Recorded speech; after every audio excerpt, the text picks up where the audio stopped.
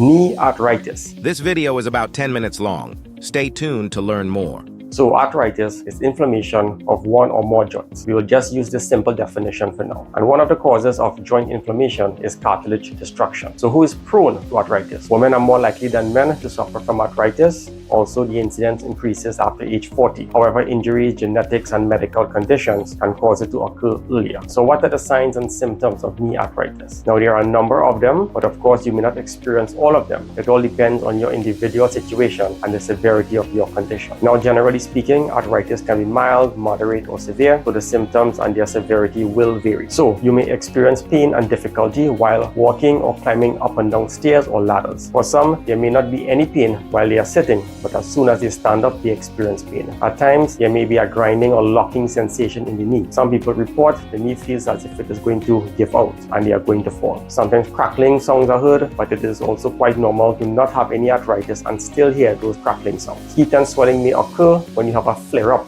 of arthritis. Now, a flare-up can occur when you do an amount of physical work that is not typical for you. For example, cleaning around the holiday season. So what is the mechanism of knee arthritis? What can lead to this degeneration of cartilage? So within the knee joint, there is the thigh bone, shin bone, and kneecap, and these are covered by cartilage. There is also a separate piece of cartilage between the thigh bone and the shin bone called the meniscus.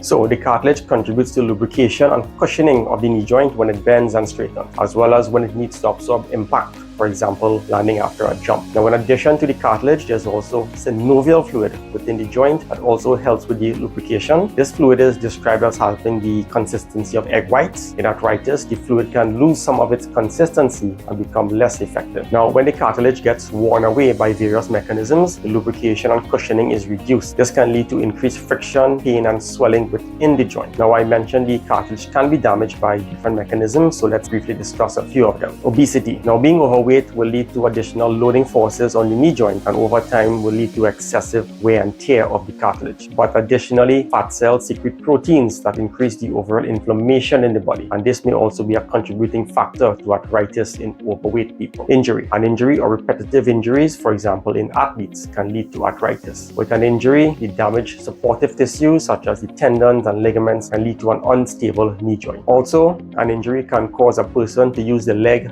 less than usual due to the pain. The degree of bending and straightening of the leg may also be reduced. This can lead to muscle weakness and stiffness, which can further lead to a weakened and unstable joint. The lack of strength and poor mechanics due to instability can lead to a degeneration of the cartilage and hence arthritis. This is because the muscles, tendons, and ligaments are not doing their fair share of load bearing, and the cartilage is now forced to deal with those excessive forces. This is why after an injury, it is so important to engage in physical rehabilitation as soon as it is safe to do so. Strength and range of motion need to be regained as quickly as possible. Also, an untreated knee can eventually lead to back pain and spinal problems as you develop a new walking pattern to compensate for a painful knee. Now let's talk about rheumatoid arthritis. This is an autoimmune condition. This means the body's own immune system attacks its own tissues. In this case, the synovial tissue is attacked. Remember, this membrane produces the synovial fluid, which helps with the lubrication of the knee joint as well as supplies nutrients to the joint. So let's do a refresher. So again, here is the knee joint and the synovial fluid that is encapsulated by the synovial membrane. It is the synovial membrane that is attacked in rheumatoid arthritis and it becomes inflamed. And then what happens is the products of inflammation then begin to attack the cartilage and break it down. Now again, so when the synovial membrane is attacked, this is a type of inflammation and certain byproducts are created in this inflammatory process. And these byproducts of inflammation attack the cartilage, break it down, and then it leads to arthritis. Another way in which cartilage can be damaged is by an infection in the knee joint. If the joint becomes infected with bacteria, viruses, or fungus, it may become hot, stiff, and painful. In this case, the joint may need to be drained with a syringe and medication administered to fight the infection. Now, if the joint infection is not treated quickly, it can lead to a permanent damage in cartilage. Now, if a person has knock knees or bow legs, the outer and inner cartilage respectively can be worn out due to greater forces because of the knee misalignments. So just looking at this picture here, this will be a normal alignment and the knock knees. So as you can see here at the knee, there can be misalignments, of course. So when the knees are bowed outward, you tend to get more cartilage wear and tear on the inside. When the knees are bowed inward, then what happens is you are getting more cartilage wear and tear on the outer portion. And it is because of this misalignment and the additional forces that you are more prone to get arthritis. So how is knee arthritis investigated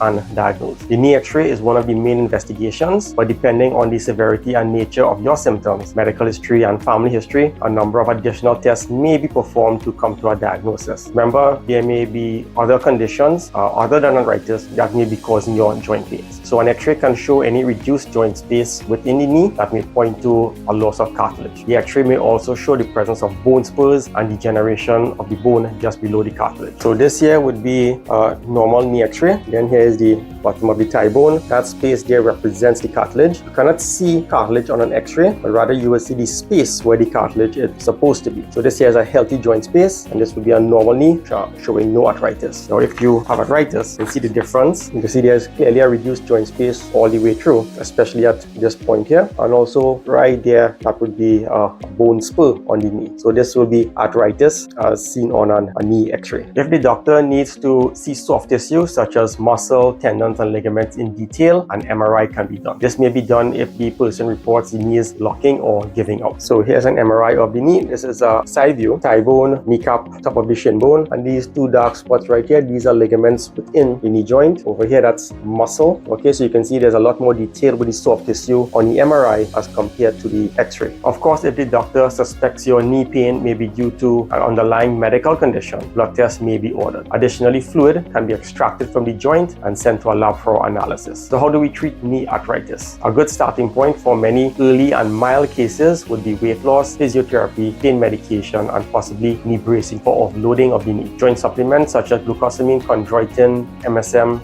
and collagen peptides are debatable, but I personally see no harm in you trying them to see what kind of results you get. Omega-3 oils are also anti-inflammatory and can also be added to your regimen. Additionally, underlying conditions such as diabetes and rheumatoid arthritis will need to be properly managed for you to benefit the most from your regimen. Now, injections directly into the knee joint can be done. Three popular injections are steroid, platelet-rich plasma, and gel injections. The injections are performed within the joint space. The steroid injection can help to reduce inflammation within the joint in many mild and moderate cases of arthritis, but it may not be effective in severe or bone-on-bone arthritis. Now, you are not a candidate for this injection if you have uncontrolled diabetes or high blood pressure. So in this case here, this is what we would call bone-on-bone arthritis, right there. So in this case, steroid is highly unlikely to be effective because of the degree of wear and tear. Now, platelet-rich plasma can be used to regrow cartilage to some degree in some cases. With this method, plasma is extracted from your own blood and injected into the knee. So when it comes to platelet-rich plasma, this is the process. Blood is extracted from your own arm or your own vein. Then it is put into a test tube. It is put into a centrifuge. It is spun down and it separates the red blood cells from the plasma. And it is this section here that is injected into the knee to help with the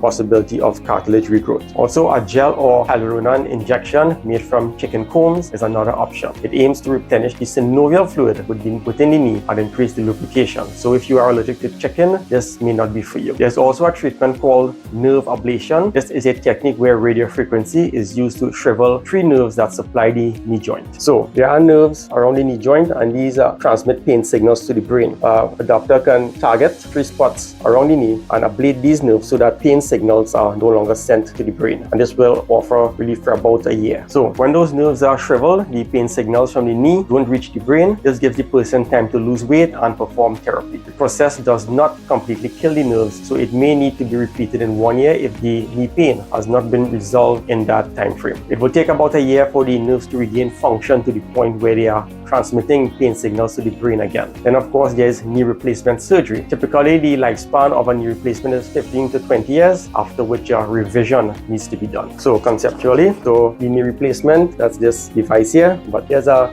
knee with a lot of arthritis, and then this part is shaved off. A titanium surface is placed on this side here, as well as sometimes on the shin bone they also put one. It all depends, and here is how it looks on the x-ray. Okay, so that's the knee replacement there as seen on x-ray. front view, and that's a side view. To maximize the effectiveness of a knee replacement, some form of physiotherapy will need to be done after. This also applies to the knee injections as well. Knee injections are most effective if followed by weight loss and therapy. So feel free to contact us for more information. You can even WhatsApp your medical reports and scans to us, and we will advise accordingly. 747-5297 or 308-3370. Number 4, Chincuna Gardens, Chin Chin Road, Cunupia.